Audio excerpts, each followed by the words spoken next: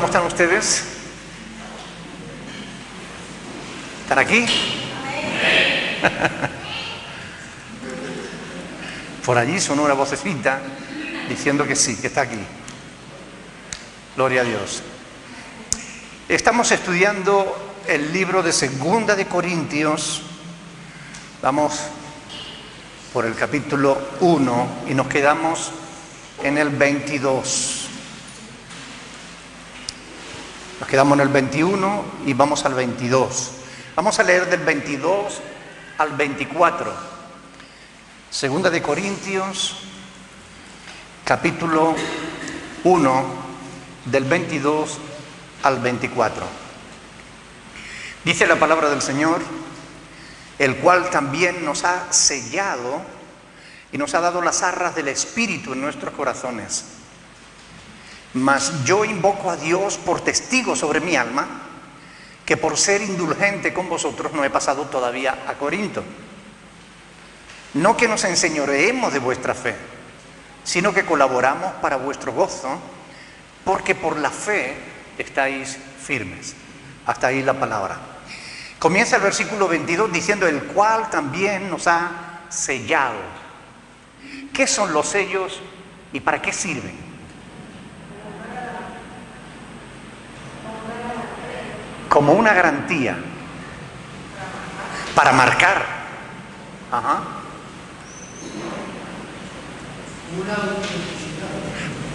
Ahí está, sirven para marcar algo como una propiedad y también para certificar que algo es auténtico, ¿verdad? Un documento cuando va sellado se certifica que es un documento auténtico. Si no tiene el sello puesto, pues puede no ser auténtico.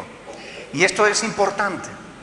Dios pone un sello en los miembros de su pueblo y lo hace por dos razones: para confirmar que le pertenecemos a Él, que somos suyos, y también de alguna manera, al ser suyo, Él nos protege, nos bendice, nos guarda, etcétera, pero también de alguna manera para demostrar nuestra autenticidad. ¿Cómo sabemos si alguien de verdad es un hijo de Dios? Si tiene al Espíritu Santo, si tiene el sello del Espíritu Santo, es verdaderamente un hijo de Dios. El verdadero cristiano tiene el sello del Espíritu, que lo convierte en eso, en un auténtico hijo de Dios. El tema del sello cristiano, Pablo lo desarrolla también en otro pasaje de las Escrituras, que lo encontramos en la carta a los Efesios, capítulo 1. Vengan conmigo, Efesios capítulo 1, versículos del 13 al 14. Efesios capítulo 1, versículos del 13 al 14. Dice ahí, en Él, hablando de Cristo, ¿verdad? En Él también vosotros, habiendo oído la palabra de verdad, el evangelio de vuestra salvación, y habiendo creído en Él, fuisteis sellados con el Espíritu Santo de la promesa. Amén. Que es las arras de nuestra herencia hasta la redención de la posesión adquirida para alabanza de su gloria. Este es uno de esos pasajes que los calvinistas y los reformados les gustaría que no estuvieran en la Biblia, pero aquí está, ¿verdad? Ellos aman los anteriores, los versos anteriores del capítulo 1, porque ahí se habla de predestinados, de escogidos, etcétera, pero odian estos dos últimos versículos, el 13 y el 14, porque explican realmente cómo Dios predestina a los seres humanos para la salvación y cómo los escoge.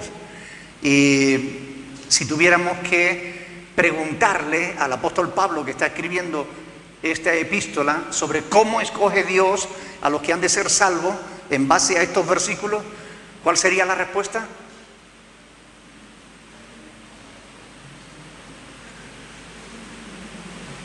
A ver, no murmuren. Alguien que levante la mano y lo diga en voz alta. Por el oír y creer. Dios ha querido hacerlo de este modo. Dice, habiendo oído la palabra de verdad. el evangelio de vuestra salvación. Y habiendo creído en él, fuisteis sellados. ¿A quiénes sella Dios? A los que oyen el evangelio y lo creen. Por tanto, es así de simple, ¿verdad? Algunos creen que primero Dios los escoge y después les predica el evangelio. Pero esto no tiene sentido. Primero les predica el evangelio y si creen, los escoge. Dios los escoge en base a la presciencia, el conocimiento anticipado que Él tiene de todas las cosas. Así que la fe, ¿cómo viene según Romanos 10:17? ¿Por el oír el qué? Claro. Entonces, ¿qué es primero? ¿La fe o el oír? El oír. Primero oímos y si depositamos confianza en si creemos lo que oímos, si le damos fe, es decir, si creemos, si recibimos el testimonio que Dios ha dado acerca de su Hijo, creemos y entonces nos convertimos y el Señor nos sella como pertenencia suya, nos pone el sello del Espíritu Santo. Otro pasaje que también odian los calvinistas es Efesios 2:8. Todos lo conocemos, ¿verdad? ¿Qué dice Efesios 2:8? A ver, fuerte. ¿Por qué? Por gracias sois salvos. ¿Por medio de qué? De la fe. Y esto no es de vosotros, dice, ¿verdad? Porque es un don de Dios. ¿Qué es el don de Dios? El don de Dios no es la fe. El don de Dios es la salvación, la gracia que nos ofrece la salvación, ¿verdad? Y esto es importante tenerlo en cuenta. Creemos y porque creemos somos salvos. Esto es lo que Dios ha dicho a lo largo de toda la historia de la humanidad. El que cree en mí tendrá vida eterna. Id y predicad el evangelio, ¿quiénes? A los escogidos. ¿Qué dice Marcos 16:15? Id y predicad el evangelio a toda criatura. El que creyere y fuere bautizado será salvo, y el que no creyere será condenado. Es decir, pero la fe viene por el oír el evangelio. Y cuando creemos, ahí es cuando Dios nos pone el sello del Espíritu como que le pertenecemos a Él. No pertenecemos a Dios antes de creer, sino cuando creemos es que Dios pone el sello sobre nuestras vidas. Decimos, no le pertenecemos a Dios como hijos, pertenecerle como parte de la creación, todo lo que hay en la creación le pertenece. Él es el creador y tiene derecho de propiedad sobre todo, hasta sobre los incrédulos, ¿verdad? Pero le pertenecemos a su familia, pertenecemos a los escogidos cuando Él pone su sello sobre nosotros. Y según Pablo, en Efesios 1:13, ¿cuándo pone Él su sello? Cuando oímos y creemos el Evangelio. Amén. No hay ninguna contradicción en esto, por mucho que algunos la quieran ver. Así que, y dice el apóstol Pablo ahí, dice, y nos ha dado las arras de nuestra herencia. Nos ha dado las arras, en el versículo 22, 2 Corintios 1:22, dice, nos ha dado las arras del Espíritu en nuestros corazones. Y en Efesios lo estaba explicando el apóstol al decir, dice, sellado con el Espíritu Santo de la promesa, que es las arras ¿de qué? De nuestra herencia hasta la redención de la posesión adquirida para alabanza de su gloria. ¿Qué son las arras? Una garantía. Han visto en algunas bodas se suele usar, ¿verdad? El novio coge unas moneditas, generalmente muy nuevas y brillantes, ¿verdad? Que es un símbolo de que él va a compartir con la esposa todo lo que tiene. Es como la garantía, mira, te doy esto y con esto te estoy diciendo que te lo doy todo. Y ella hace lo mismo con él, de igual manera que van a compartirlo todo en la vida. Desgraciadamente muchos no lo hacen. Muchos van al matrimonio y comparten solo ciertas cosas. Pero las cuestiones, por ejemplo, monetarias se las guardan. Esto es tuyo, eso es mío, tú me debes, yo te debo. Y eso impide que haya una verdadera fusión de marido y mujer. Eso no debe ocurrir en un matrimonio cristiano. Los matrimonios cristianos debemos tenerlo todo unido, hasta la economía, todo. Amén. Entonces, pero las arras son la garantía, las primicias. Es el símbolo de que detrás viene todo lo demás. Por eso dice, las arras de nuestra herencia. Si el Espíritu Santo es, como dice el apóstol Pablo en 2 Corintios 1:22, las arras del Espíritu, si el Espíritu Santo son las arras, quiere decir que con el Espíritu Santo recibimos la garantía de que toda la herencia que nos corresponde como hijos de Dios la vamos a recibir. Amén. No hay duda de eso, aunque ahora mismo no lo tengamos. Aunque, como dice el apóstol Pablo, aún la salvación la tenemos en esperanza. Amén. Somos salvos en esperanza. Todavía no la estamos disfrutando, estamos empezando a palpar lo que es la salvación, pero hasta que no estemos con el Señor, no vamos a saber realmente cuál es nuestra herencia completa. Pero ya tenemos las arras. El Espíritu está en nuestras vidas y es la garantía de que Dios nos va a dar todo lo que nos corresponde. Porque somos hijos de Dios, y si somos hijos de Dios, somos herederos de Dios. Y coherederos, ¿con quién? Con Cristo. Amén. Por tanto, Pablo está hablando aquí de que Él nos ha sellado y nos ha dado las arras del Espíritu en nuestros corazones. En lo espiritual significa que ya tenemos la presencia de Dios en nuestras vidas y por tanto la garantía de que recibiremos todo lo demás. Versículos 23 y 24, Pablo dice, mas yo invoco a Dios por testigo sobre mi alma. Esta es la prueba irrefutable de que Pablo tenía buenas razones para no haber cumplido con lo que habían sido sus primeros planes. Él había propuesto visitar a los corintios antes, pero no lo había hecho. Pero él está poniendo a Dios por testigo sobre su alma, es decir, sobre su vida, como diciendo, y si no, que Dios me mate. Aquí Dios sobre mí, ¿ok? No hay duda que al poner a Dios por testigo sobre o contra su propia vida, está poniendo la garantía de sus buenas intenciones. Si él no fue porque tuviera malos deseos, no fue porque fuera un inconstante, no fue porque estuviera diciendo sí y haciendo no, fue realmente porque él tenía otros planes en el Señor, en el Espíritu, y Dios era testigo de eso. Es lo que Pablo está poniendo, ¿no? Él está mostrando que lo que motivó su cambio de planes no fue el andar en la carne, sino otro asunto diferente. Si en el verso 18 usó el testimonio y la fidelidad de Dios para reforzar su palabra y la de sus seguidores, ahora es más enfático aún si cabe. El texto en el original todavía adquiere un tono más fuerte que en el castellano. Pablo usa la primera persona del singular para enfatizar que está hablando por sí mismo, ¿no? Ahora ya no habla por sus colaboradores.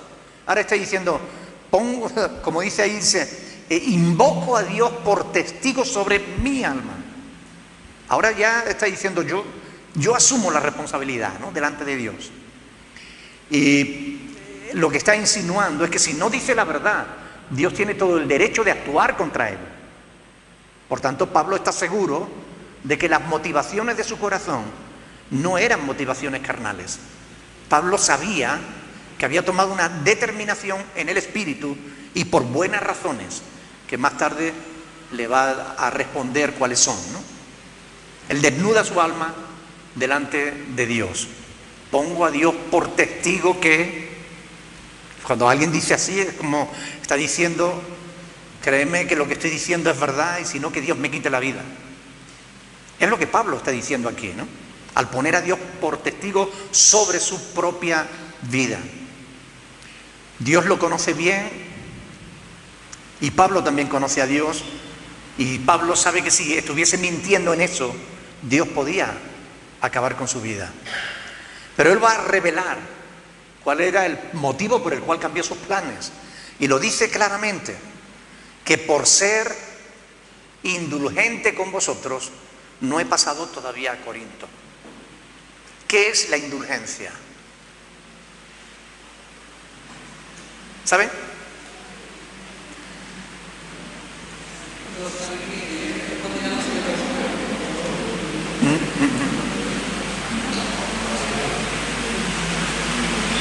Por ser indulgente con vosotros, no he pasado todavía. ¿Qué significa la indulgencia? Es la capacidad de perdonar y de disimular las culpas del otro. Es decir, por ser indulgente con vosotros, por no querer enfrentaros con vuestro pecado, por no querer demostrar cuán equivocado estáis, por ser indulgente, por tener paciencia para con vosotros, por ser considerado con ustedes. ¿Ok? Es lo que Pablo quiso decir, ¿no? Por tener consideración con ellos. En su primera correspondencia, en la epístola primera de Pablo, él le preguntaba a los corintios: ¿iré a vosotros con vara o con amor y espíritu de mansedumbre? ¿Verdad? En 1 Corintios 4, 21, él se lo pregunta a ellos, ¿no? Pablo no quería ser duro con ellos. Quiso perdonarlos, quiso disimular sus faltas, pero sabía que era necesario que pasara un poquito de tiempo para que los corintios reflexionaran y pudieran rectificar su actitud para con el apóstol. Quería darles tiempo para que asumieran su error, para que pudieran cambiar su actitud, para que cuando el apóstol le volviera a visitar, no tuviera que volver a ser duro con ellos. A veces es importante tomarse el tiempo necesario para apaciguar los ánimos, aun cuando tengamos razón. Es bueno tomarse tiempo para no ser demasiado duro. Es bueno ser un poquito más indulgente, ¿no? Versículo 24. No que nos enseñoreemos de vuestra fe, sino que colaboramos para vuestro gozo, porque por la fe estáis firmes. Él lo que está aquí aclarando es que no se trata de soberbia, no se trata de que Pablo quisiera imponer su fe a los corintios, más bien él está buscando el gozo de los corintios, no volver a entristecerles con más reprimenda. Y si hubiera tenido que ir a visitarles antes, hubiera tenido que seguir corrigiendo los problemas, los desmanes, las dificultades que había allí en aquella congregación. Por eso quiso darle tiempo para que pudieran corregir. Tenían cosas que arreglar. Había personas que debían ser disciplinadas. Había otras que debían ser enfrentadas con su pecado. Había otros que tenían que arrepentirse de cosas que habían dicho. Y Pablo quiso darles tiempo para que todo eso se produjera. ¿Ok? Por eso él dice, sino que colaboramos para vuestro gozo. No quería imponerles su voluntad, sino darles tiempo. Otra muestra más de la bondad del apóstol, preocupándose por aquellos, aún incluso con aquellos que le estaban injuriando, ¿no? No cabe la menor duda de que los creyentes de Corinto debían admitir a Pablo, que Pablo y sus colaboradores estaban esforzándose porque ellos progresaran en su vida cristiana, en su bienestar y en su gozo espiritual. Por la fe estáis firmes. Y sin duda es la fe lo que fortalece al cristiano, ¿verdad? Cuando la fe decae, decae nuestra fortaleza. Pero cuando nuestra fe está firme, nosotros estamos firmes. ¿Es cierto o no? Y recuérdenme, por favor, ¿cómo era que la fe venía? Por el oír la palabra, eso es. O sea que cuanto más palabra oímos, más se afianza nuestra fe. Cuanto más acudimos a las Escrituras, más fuerte, más firme se hace nuestra fe y más firme nos hacemos nosotros en los caminos del Señor. Cuando comenzamos a faltar, cuando comenzamos a no darle importancia a los estudios, cuando empezamos a no darle importancia a la lectura de la palabra, cuando aflojamos en la oración y en el estudio de las Escrituras, ahí nuestra fe empieza a debilitarse. Y una fe débil nos hace cristianos débiles. Y la debilidad nos hace caer. Y la caída nos aparta. Por tanto, si queremos estar firme y fuerte, no podemos descuidar ni la oración ni la palabra. ¿Están de acuerdo o no? Es muy importante. También es importante entender que la fe produce en nosotros gozo. ¿Cuántas veces hemos venido a la iglesia a lo mejor tristes por algún motivo? Y al oír la palabra nuestro corazón ha encontrado gozo, ha encontrado reposo en el Señor. Ha encontrado lo que necesitaba su alma y se fortalece. Y salimos de la iglesia con una paz y un gozo que antes no teníamos cuando llegamos. ¿Es cierto o no? ¿Te ha pasado alguna vez? Fíjense lo que dice el apóstol Pablo en Filipenses, capítulo 1, versículo 25.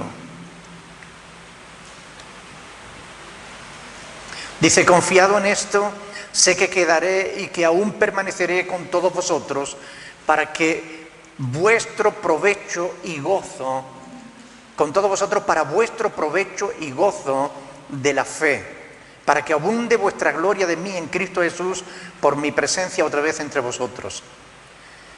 Permaneceré con todos vosotros para vuestro provecho y gozo de la fe. La fe produce gozo en la vida del creyente. Primera de Juan 1:4.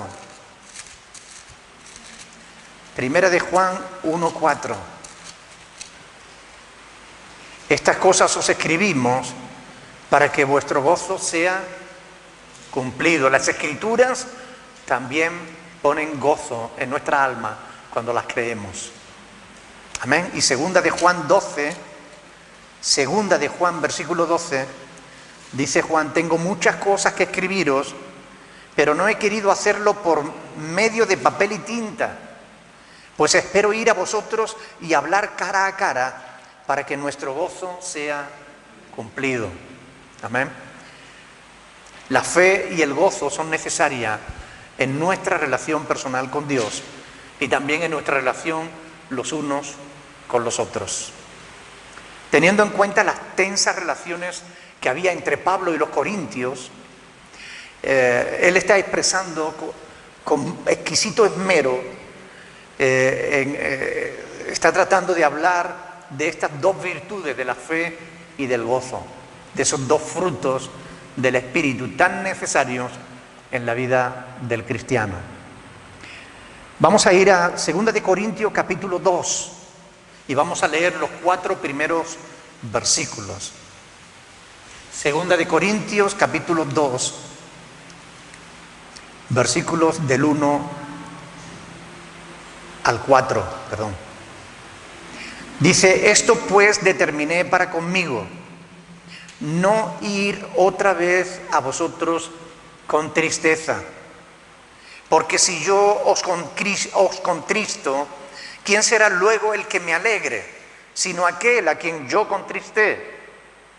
Y esto mismo os escribí para que cuando llegue no tenga tristeza de parte de aquellos de quienes me debiera gozar, confiando en vosotros todos que mi gozo es el de todos vosotros, porque por la mucha tribulación y angustia del corazón os escribí con muchas lágrimas, no para que fueseis contristados, sino para que supieseis cuán grande es el amor que os tengo. Amén. La verdad es que estos pasajes son tan claros que apenas si necesitan explicación alguna. Hablando en primera persona, aclara una vez más que la decisión fue exclusivamente suya, la decisión de cambiar sus planes. Él estaba seguro de que era una decisión correcta y así se lo comunicó a los corintios. Había sido acusado de falta de fiabilidad en cuanto al cumplimiento de su palabra. Le habían dicho, le habían acusado de decir una cosa y de hacer otra.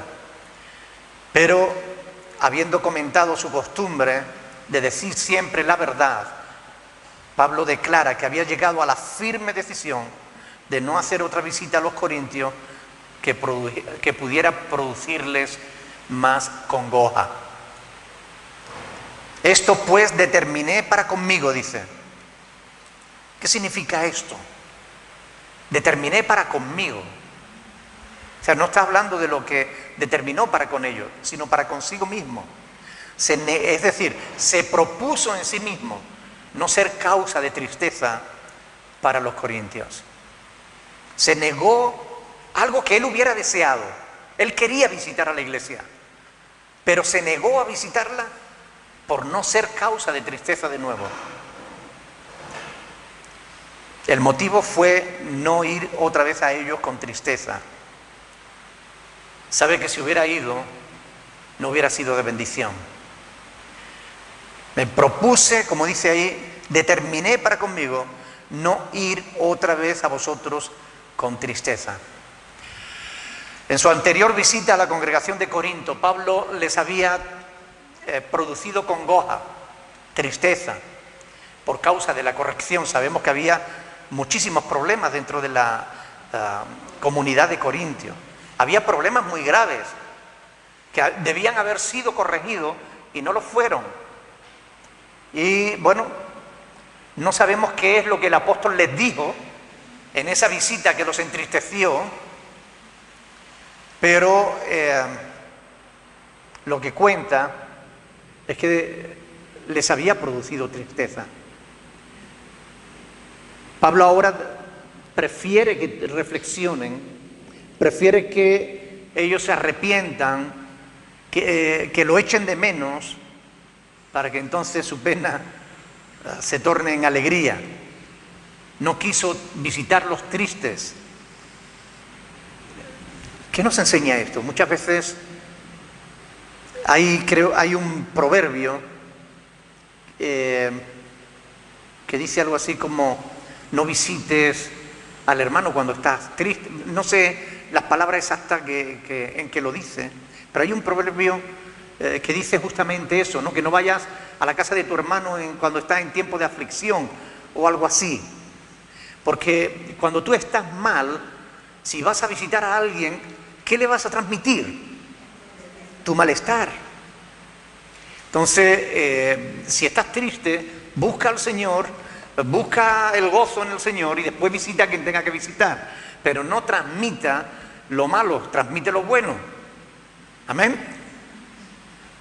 Si pudiéramos entender el gesto del apóstol, sería bueno, porque mejoraría nuestras relaciones, las relaciones entre los unos y los otros. Porque muchas veces, si estamos afligidos y corremos a casa de alguien para volcarle toda la aflicción, vamos a dejar a la otra persona pues igual que a nosotros, también afligido, ¿verdad? Frustrado.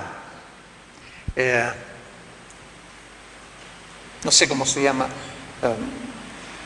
No visita a tu hermano en día de aflicción. Algo así es, no sé si alguien... 27, 27:10. Sé que hay 27:10. No dejes a tu amigo ni al amigo de tu padre, ni vayas a la casa de tu hermano en el día de tu aflicción. Aquí está. Ni vayas a la casa de tu hermano en el día de tu aflicción. Si estás afligido, no te pongas a hacer visitas. Si estás afligido, visita al Señor en su templo. Visita al Señor. Enciérrate en tu aposento, arrodíllate delante de Él, derrama tu alma delante del Señor, echa tu ansiedad sobre Él, porque Él tiene cuidado de ti. Amén. ¿Cómo? Que llame a alguien que le pueda dar palabras de aliento. Es decir, pero que no llame a alguien a quien va a contristar también. Es decir, en la iglesia hay personas que estamos para servir a los demás y que podemos soportar las aflicciones de los demás, pero no todo el mundo tiene esa capacidad. Yo puedo soportar que venga alguien triste y tal, y yo soy capaz de animarlo, de ponerle palabra del Señor delante para que esa persona ponga su mirada en el Señor y recupere la fe y el gozo. Pero hay personas que si la vas a visitar en un tiempo de aflicción, la vas a aplastar y la vas a dejar igual que tú. Y entonces ya no serás una afligida, serán dos afligidos.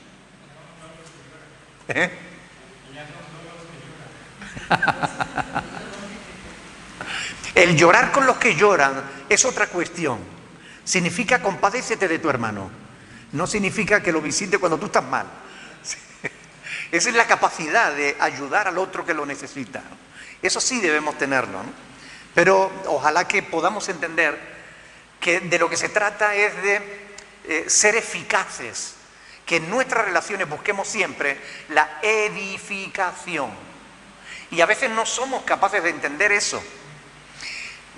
Nuestra palabra puede edificar o puede destruir.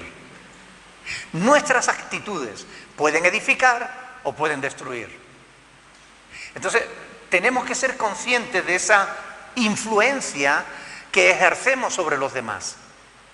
Podemos ejercer una influencia para bien o podemos ejercer una influencia para mal. Lo que Pablo está haciendo, justamente al abstenerse de visitarlos, aunque quisiera visitarlos, se abstiene porque sabe que si los visita, no va a ser de bendición. Y si no va a ser de bendición, él dice, prefiero esperar. Este es el quid de la cuestión que se esconde en el cambio de planes que Pablo hizo. El ser indulgente con ellos, el querer esperar a que fueran capaces de asumir lo que Pablo les había dicho en aquella visita en la que les había entristecido.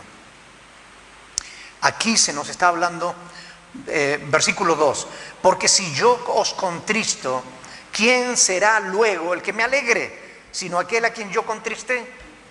Es decir, ¿de qué se está hablando aquí? De reciprocidad de la relación. Es decir, la responsabilidad que tenemos de alentarnos los unos a los otros, de ser causas de bendición, de ser causas de alegría, no de tristeza. Eso es lo que Pablo está hablando ahí. Ser causa de gozo, ser causa de bendición. La pregunta retórica de Pablo es bastante lógica. Si yo os entristezco, ¿quién me alegrará después? ¿Quién me va a alegrar a mí después? ¿Cómo esperar que luego te pueda, alguien me pueda alegrar, ¿no? Si yo lo he entristecido. Esa es la explicación del motivo por el cual él no quiso visitarlo. No tenía la intención de seguir afligiendo a los corintios. No quería engendrar en ellos resentimiento. Versículo 3. Y esto mismo os escribí, para que cuando llegue no tenga tristeza de parte de aquellos de quienes me debiera gozar.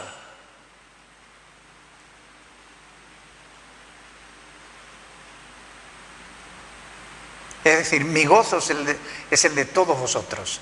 Confiando en vosotros todos, que mi gozo es el de todos vosotros. Pablo está diciendo, si yo estoy contento, ustedes van a estar contentos. Pero si yo voy con tristeza, ¿qué voy a transmitir? ¿Cómo van a estar ustedes? Tristes también. Es una frase similar a la que Jesús dirigió a sus discípulos cuando les dijo justamente lo que hemos leído en primera y en segunda de Juan. Es decir, estas cosas os he hablado para que mi gozo esté en vosotros y mi gozo y vuestro gozo sea cumplido, ¿no?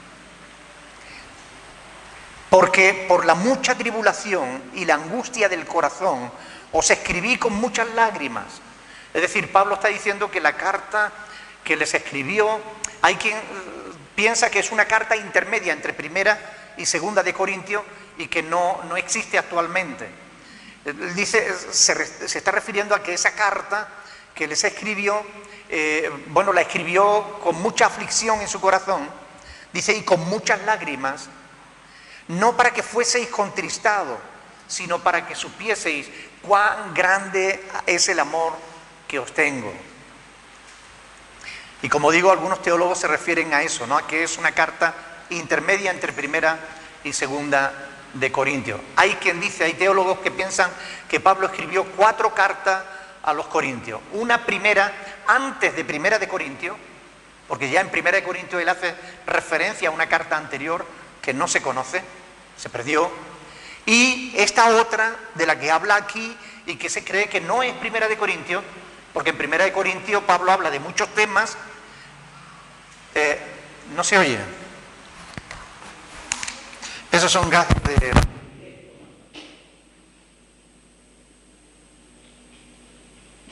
¿Ahora sí? Vamos a... Sí, ok.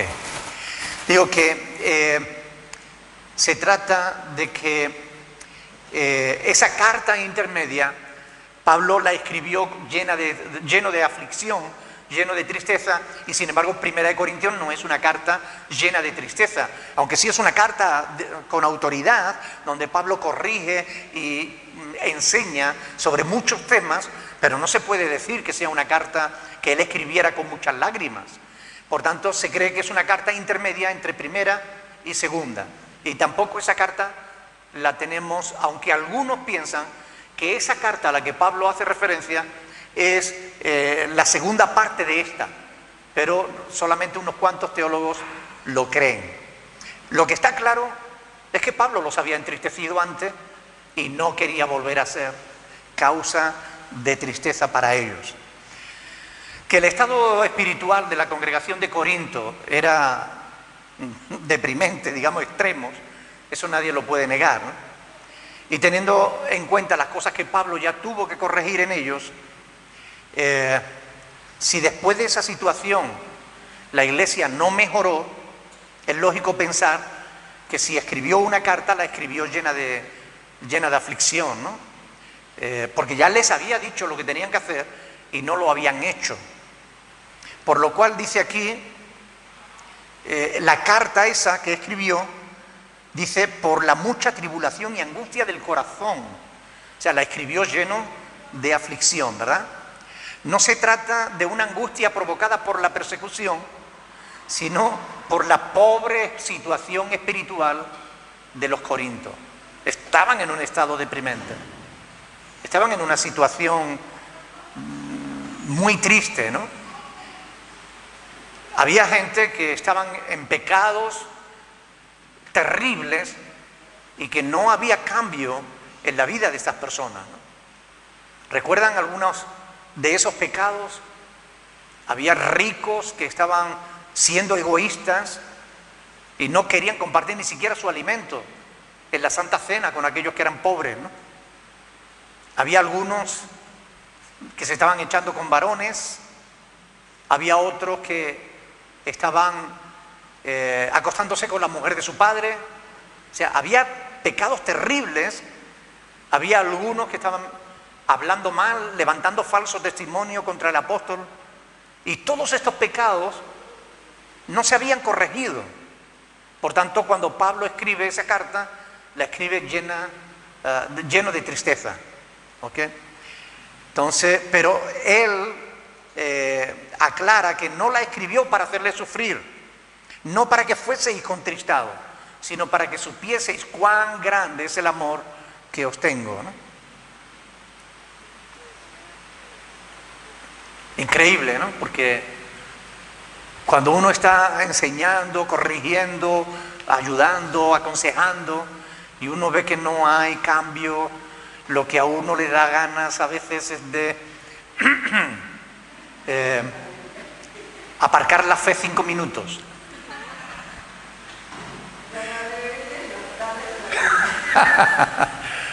Pero no, el apóstol Pablo nos da ejemplo en esto, ¿no? Él sigue insistiendo, por favor. El propósito de esa carta fue que los corintios reconocieran su error, reconocieran sus pecados, reconocieran sus culpas, corrigieran sus malos caminos, cambiaran sus actitudes, cambiaran de rumbo. se volvieran de nuevo a Dios y aceptaran el mensaje de corrección del apóstol. Pero bueno, es evidente que los corintios fue una congregación difícil. Versículos del 5 en adelante. Pero si alguno me ha causado tristeza, no me la ha causado solo a mí, sino en cierto modo, sin exagerar, por no exagerar, a todos vosotros. Le basta a tal persona esta reprensión hecha por muchos. Así que al contrario, vosotros más bien debéis perdonarle y consolarle para que no sea consumido de demasiada tristeza. Por lo cual os ruego que confirméis el amor para con él, porque también para este fin os escribí, para tener la prueba de si vosotros sois obedientes en todo. Y al que vosotros perdonáis, yo también, porque también yo lo he perdonado. Si algo he perdonado, por vosotros lo he hecho en presencia de Cristo, para que Satanás no gane ventaja alguna sobre nosotros, pues no ignoramos sus maquinaciones. Amén. ¿De quién está hablando el apóstol Pablo aquí?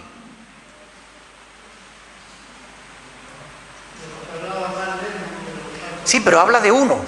Si se dan cuenta, dice, pero si alguno, aquí no especifica, pero más adelante dice, le basta a tal persona, ya está hablando de uno.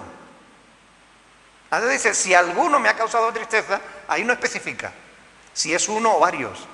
Pero cuando dice, le basta a tal persona esta reprensión hecha por mucho, así que al contrario, dice, versículo 8, por lo cual os ruego que confirméis el amor para con él. Era una persona. ¿Quién era este? ¿Perdón? No, este es alguien que estaba pecando y el que estaba posiblemente fuera el que hablaba mal contra Pablo, posiblemente fuera el que se estaba acostando con la mujer de su padre, posiblemente fuera el que bueno, no sabemos en realidad quién era. No sabemos de quién se trataba, porque Pablo no lo especifica. Da por sentado que la iglesia sabe quién es.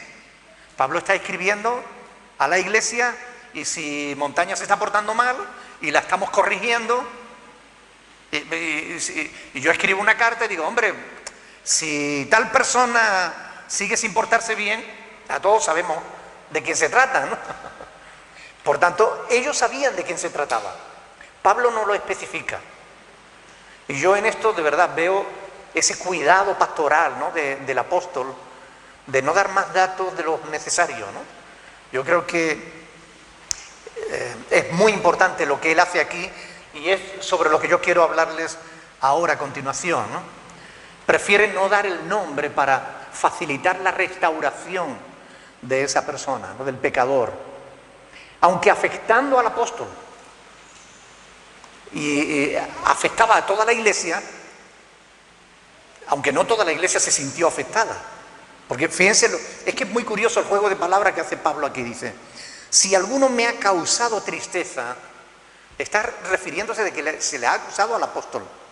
Dice, no me la ha causado solo a mí, sino en cierto modo a todos vosotros. ¿Ok? Sin embargo, no todos se sintieron afectados, porque había gente que no estaba viéndolo de este modo, ¿no? Pablo es prudente en la manera de tratar ese asunto, ¿no? La presencia de esa persona estaba afectando a toda la iglesia de forma muy parecida a como la levadura afecta a toda la masa. Los pecados morales no quedan confinados en una persona. Cuando una persona tiene un pecado, ese pecado afecta a todos los que están a su alrededor. Y yo quiero que esto lo entendamos bien. Hay muchos pasajes en las Escrituras que lo demuestran.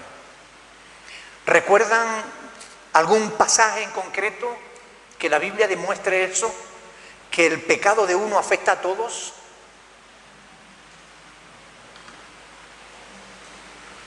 El pecado de David, el pecado de El pecado de David, él afectó a todo el pueblo y mucha gente del pueblo murió por causa del pecado de David. Cuando María y Aarón murmuraron contra Moisés, cuando los hijos de Coré también murmuraron contra Moisés, quisieron ministrar ellos en lugar de Aarón. ¿Quién fue quien escondió el manto babilónico?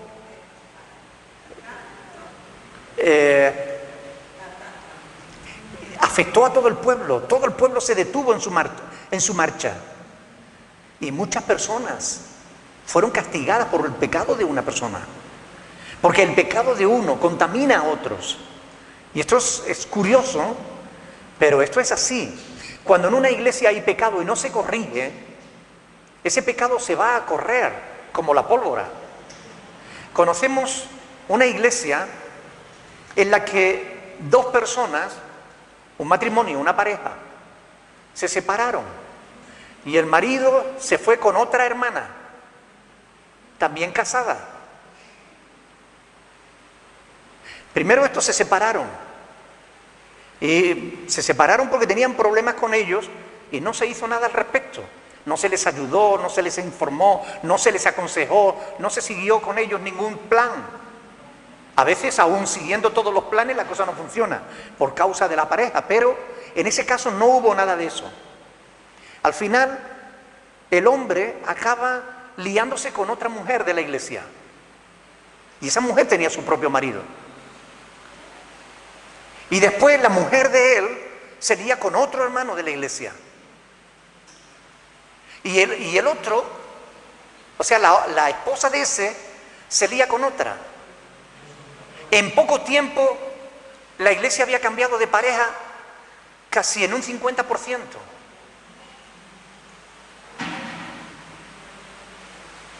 ¿Saben lo más triste? Que todos se veían en la iglesia, alabando al Señor. Este con la mujer del otro, la otra con la mujer de aquel, y todos estaban en la iglesia, tan contentos, tan tranquilos, alabando al Señor.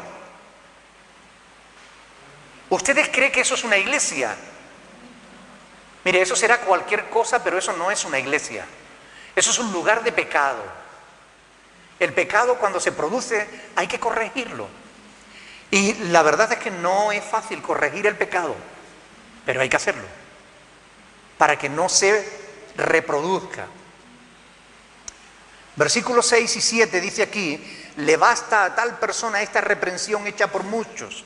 La iglesia tenía que tratar con un pecador, con alguien que había cometido un pecado que afectó a toda la iglesia. Y ¿estamos convencidos de que esto es necesario hacerlo? ¿Hay que enfrentar al que está pecando o no? ¿Qué enseña Jesús en Mateo capítulo 18? Del 15 en adelante. Si tu hermano peca contra ti, ve tú y él solos, habla con tu hermano. Si te oyere, has ganado a tu hermano. Si no, ve con testigos. Y si no, llévalo a la iglesia. Es decir, el Señor nos muestra el proceso que hay que seguir cuando alguien está en pecado. Porque el pecado es algo que no debe permitirse dentro de la iglesia. El apóstol tiene especial cuidado en puntualizar que la disciplina en la iglesia debe ser restaurativa. La disciplina en la iglesia no está para machacar al que ha caído. Alguien dijo que la iglesia es el único ejército que remata a sus heridos. Cuando alguien cae, todo el mundo hace leña del árbol caído. Cuando lo que se debiera hacer es tenderle la mano al caído para levantarlo, para fortalecerlo, para ayudarlo. Dice aquí Pablo: así que al contrario, vosotros más bien perdonarle, ¿y qué dice? Y consolarle, para que no sea consumido de demasiada tristeza. Por tanto, la disciplina en la iglesia tiene que tener un objetivo de restauración.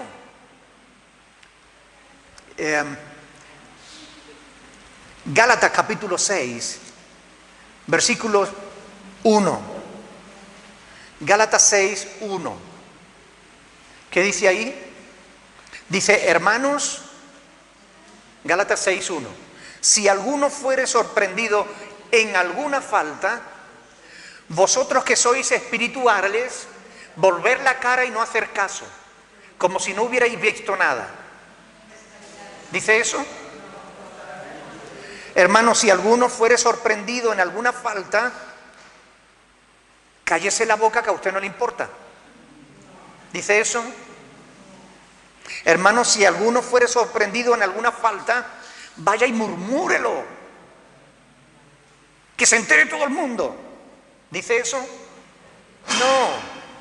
Hermanos, si alguno fuere sorprendido en alguna falta, vosotros que sois espirituales, restauradle. ¿Qué significa machacarlo? Restaurar. ¿Qué es restaurar? Recomponer lo que está roto. ¿Es cierto o no? Restaurar con espíritu de mansedumbre, considerándote a ti mismo, no sea que tú también seas tentado. Es decir, cuando vemos a alguien caído, no vaya y lo critiques, porque tú también puedes caer. Cuando veas a alguien caído, no vaya y lo pisotee. Ve y levántalo, ayúdalo, restáuralo, recomponlo. Y además hazlo con un espíritu de mansedumbre. Esta es la voluntad de Dios para la iglesia. Esto es lo que Dios quiere que hagamos. ¿Amén? ¿Están de acuerdo o no? Ahora, ¿qué es lo que hacemos?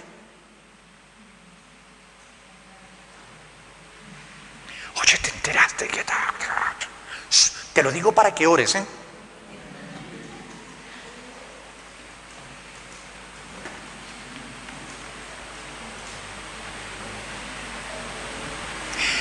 Hebreos capítulo 12, versículo 11.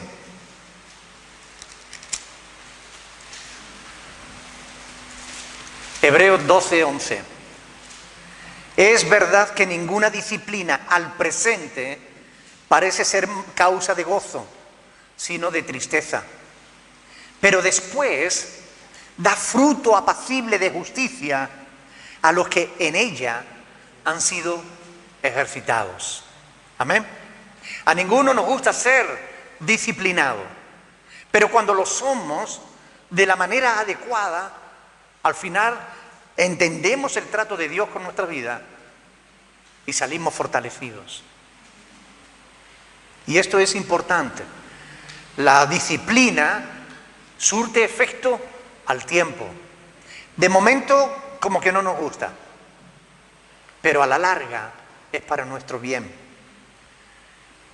Sí, fíjense en los versículos del 5 al 6 y de Hebreos 12, versículos 5 y 6 dice: y habéis ya olvidado la exhortación que como a hijos se os dirige, diciendo: hijo mío, no menosprecies la disciplina del Señor, ni desmayes cuando eres reprendido por Él, porque el Señor al que ama disciplina y azota a todo el que recibe por hijo.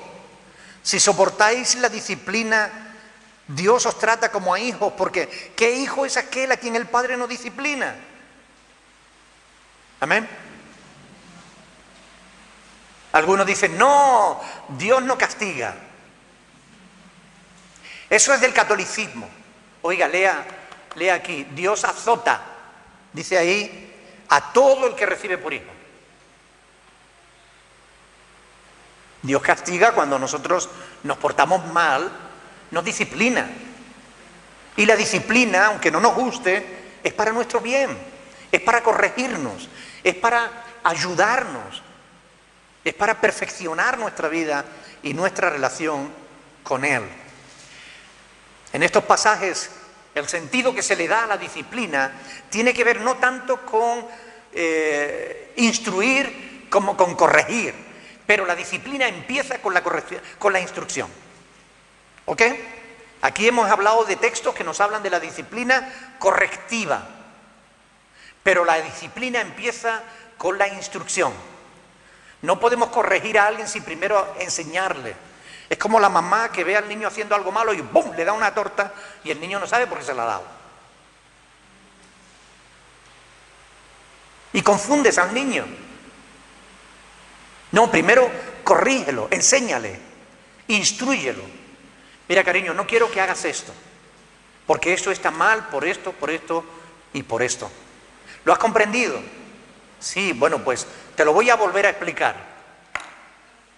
Quiero que entiendas que no quiero que hagas esto, porque está mal por esta razón y por esta razón. ¿Lo has comprendido? Sí.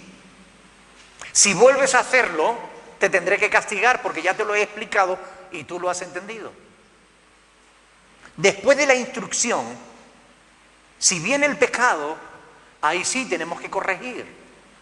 Cariño, ¿tú te acuerdas de que te advertí que no quería que hicieras esto porque estaba mal? Sí. ¿Y lo has hecho? Sí. ¿Y qué tengo que hacer yo ahora? Corregirme. Pues eso, a la habitación sin ver televisión todo el día. Dame la Play, dame el teléfono, dame la tableta, te quedas sin dibujo, te quedas sin esto, castigado. Pero le hemos explicado primero por qué. Le hemos dado la oportunidad de que no lo hiciera. Y si lo ha hecho sabiendo que estaba haciendo mal, le corregimos. Dios también nos corrige, porque es nuestro Padre y nos ama. Y Él al que ama, disciplina. ¿Amén? Es así. Porque nosotros también amamos a nuestros hijos y también le disciplinamos. ¿O no? Ah, pero ¿cuánto nos cuesta que nos disciplinen a nosotros?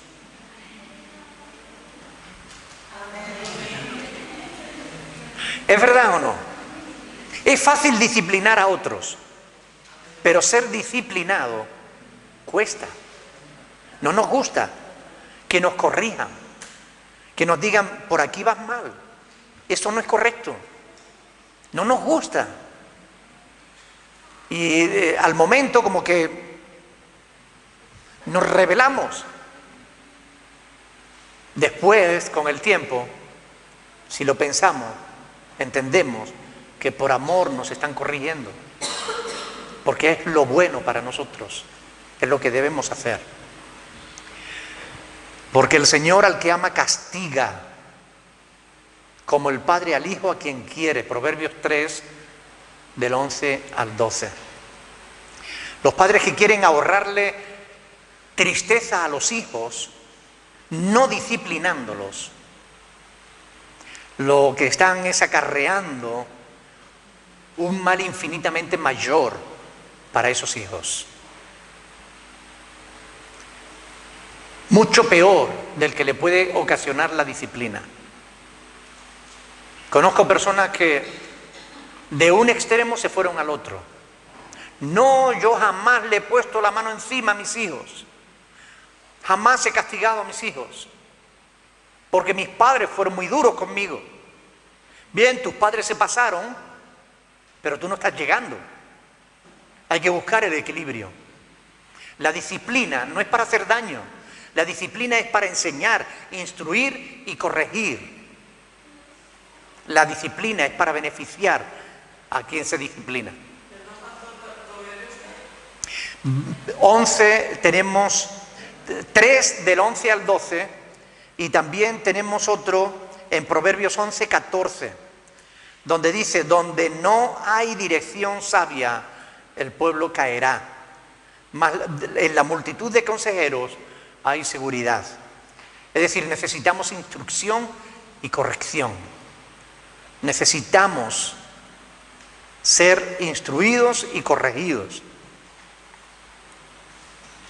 Y es interesante notar que es Dios el que nos corrige, quien disciplina a aquellos hijos a los que Él ama.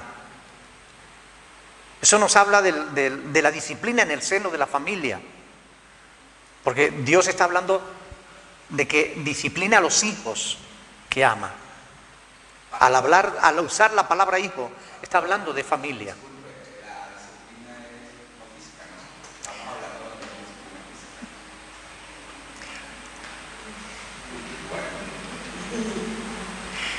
A ver, la palabra de Dios enseña que los niños deben ser instruidos y corregidos. Y la corrección incluye también castigo físico. La palabra que hemos leído en Hebreos, capítulo 12, es que Dios azota. Y la palabra que significa castigo o que se traduce por castigo conlleva un castigo físico también. Se habla de la vara de la disciplina.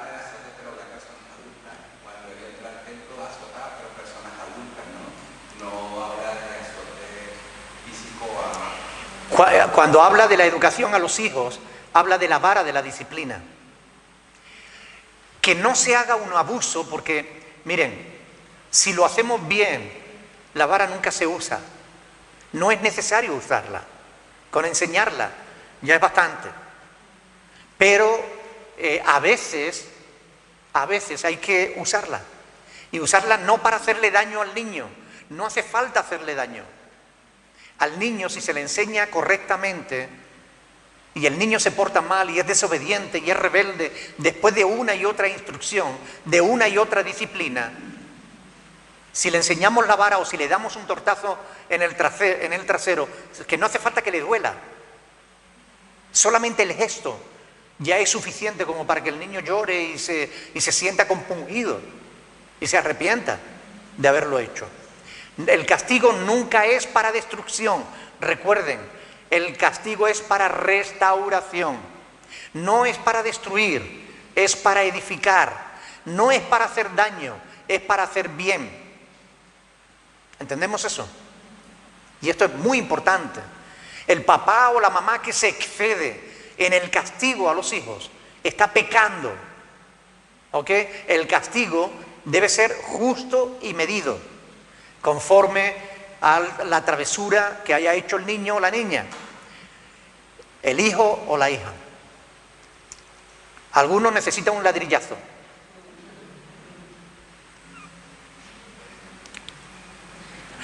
Es broma. Es que hay por ahí algunos así diciendo, como diciendo,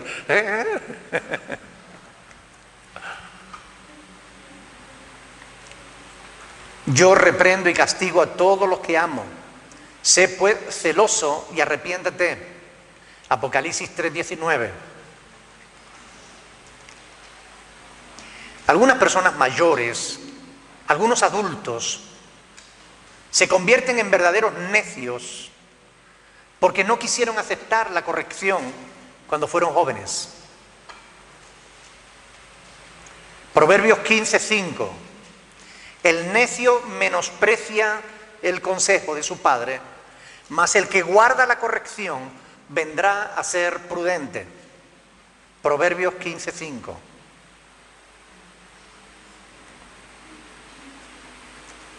En la iglesia, para ganar a los hermanos, debe ser ejercitada la disciplina. Por tanto, si tu hermano peca contra ti, ve estando tú y él a solas, y si te oyere, has ganado a tu hermano. La disciplina nos ayuda a probar la fe. Santiago 1, del 3 al 4. Sabemos que pocas cosas prueban nuestra fe como la disciplina. Cuando somos disciplinados, hay algunos que salen corriendo y se marchan a otra iglesia.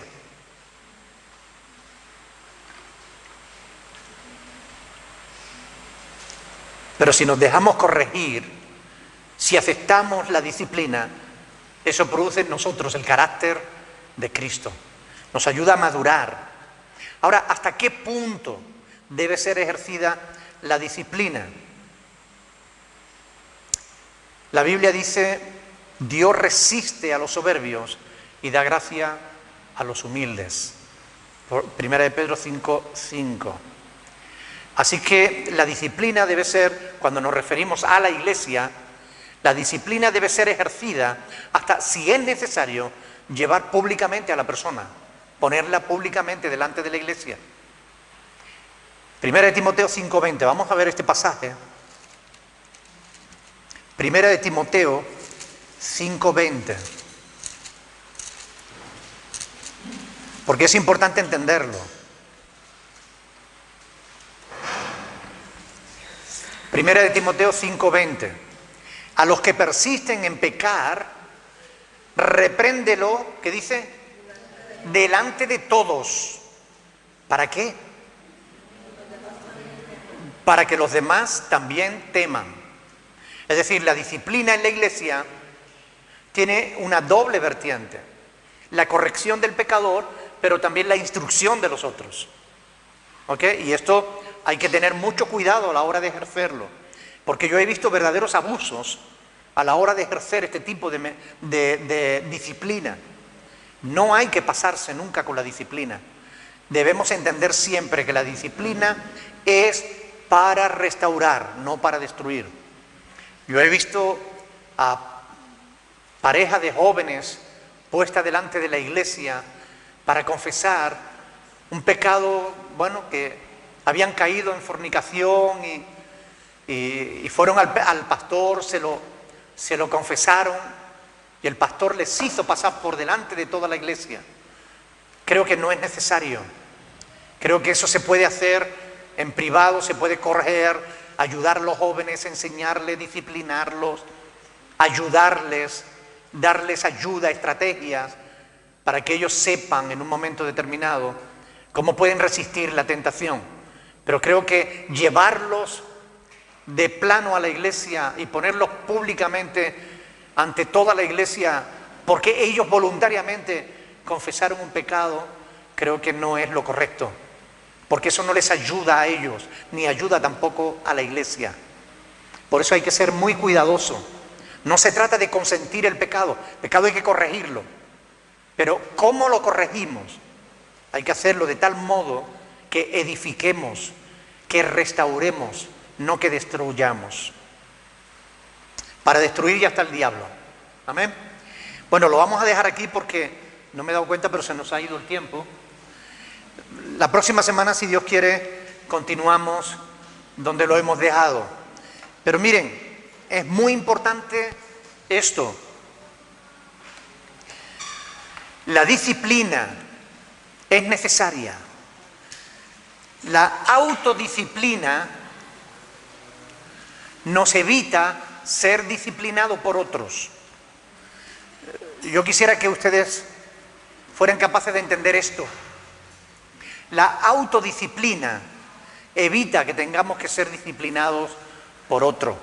Así que ejerzan el dominio propio, que es un don de Dios. No hemos recibido espíritu de cobardía ni de temor, sino de poder, de amor y de dominio propio. Ejerzan dominio propio. Autodisciplínense. Y eso les ayudará a que no tengan que ser disciplinados por otros. Ayuden al caído. Ayúdenlo a levantarse. No lo pisen. No hagan leña del árbol caído. Ayúdenlo a restaurarlo. Amén. Bueno, lo dejamos aquí. Hasta la próxima semana, si Dios quiere.